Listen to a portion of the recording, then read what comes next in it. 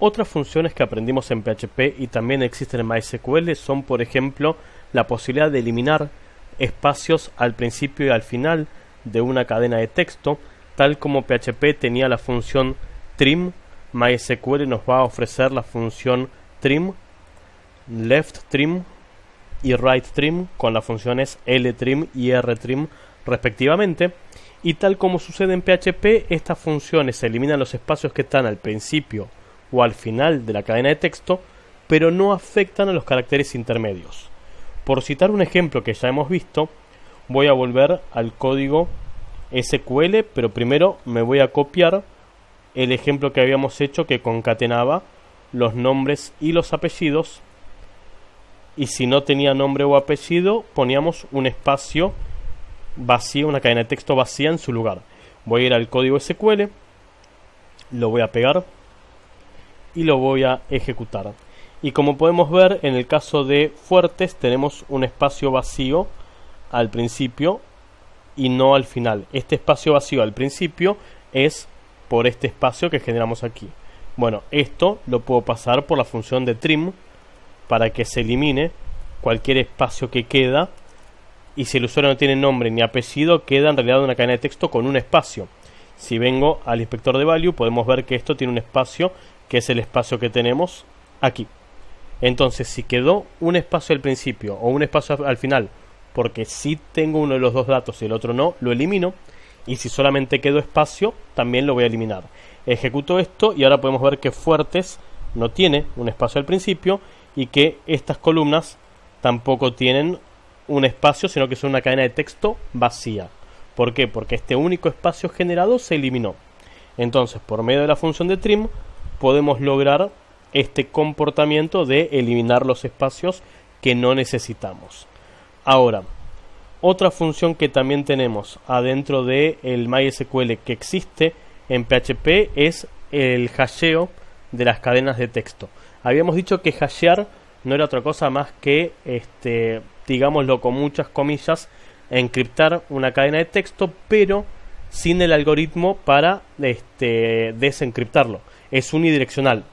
Bueno, tal como sucede en PHP, tenemos MD5 y SHA-1. MD5 a la misma entrada de cadena de texto genera la misma salida y devuelve 32 caracteres, mientras que SHA-1 a la misma entrada de cadena de texto tiene la misma respuesta, pero devuelve 40 caracteres. Nosotros lo vamos a utilizar esto principalmente en las contraseñas de los usuarios. O sea que cuando el usuario se quiera loguear, vamos a tener que buscar un usuario que tenga tal correo electrónico y tal contraseña, pero la contraseña va a estar guardada hasheada. Cuando un usuario se dé de alta y hagamos el insert, vamos a pasar su contraseña por MD5 o por SHA-1, la que queramos como desarrolladores, pero va a ser siempre la misma. Y cuando el usuario se quiera loguear, vamos a hacer lo mismo. Vamos a comparar la contraseña que el usuario escriba, porque la va a escribir normalmente. El usuario va a escribir 1, 2, 3, 4, pero nosotros vamos a convertir ese 1, 2, 3, 4 en su representación hasheada. A misma entrada, misma salida, siendo case sensitive. Y es la misma función en los dos lenguajes. Lo cual significa que hacer un MD5 en PHP es lo mismo que hacer un MD5 en MySQL. Y esto entonces nos da la libertad de que no sea PHP el que procesa la información, sino que PHP mande el dato tal como estaba originalmente y que sea motivo del SQL hacer esa actualización.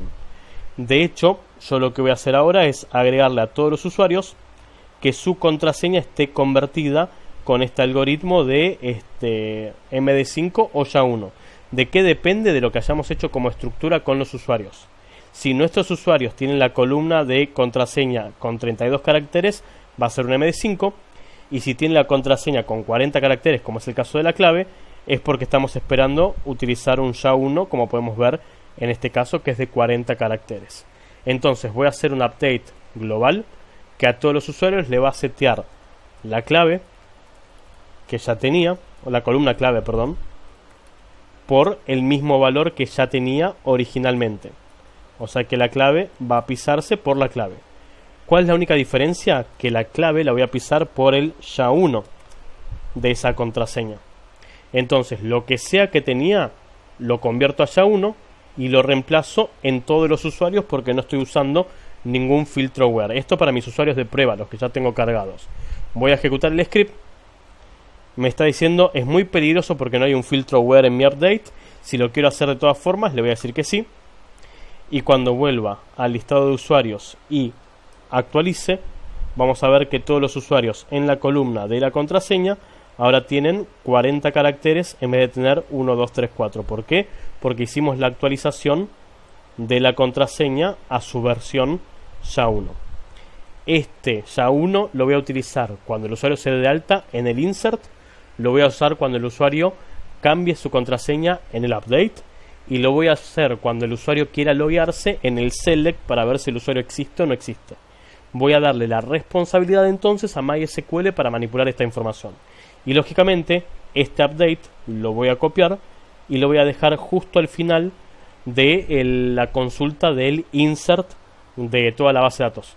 O sea que pisamos la base de datos con el create, volvemos a hacer el insert y ese nuevo insert va a tener el update de todas las claves ya modificadas como SHA-1, así no lo tengo que hacer registro por registro. Otra función más que tenemos en MySQL que PHP reconoce es el completar hasta cierto largo una cadena de texto. Habíamos visto que PHP tiene la función str de string, strpad. Esa función strpad lo que hacía era recibir una cadena de texto, un carácter de relleno y un largo para cumplir con el ancho que estamos estableciendo. Bueno, MySQL tiene lo mismo por medio de las funciones leftpad y rightpad, rellenar o a la izquierda o rellenar a la derecha. Cualquiera de las dos funciones reciben tres datos. El primer dato es qué columna queremos procesar. El segundo dato es cuántos caracteres va a tener que tener como ancho, como largo. Y el tercer argumento es con qué va a rellenar esa columna hasta cumplir con el ancho. Si por algún motivo la columna original o el dato original ya supera esa cantidad de caracteres, no hay ningún error sintáctico, simplemente no se rellena con nada.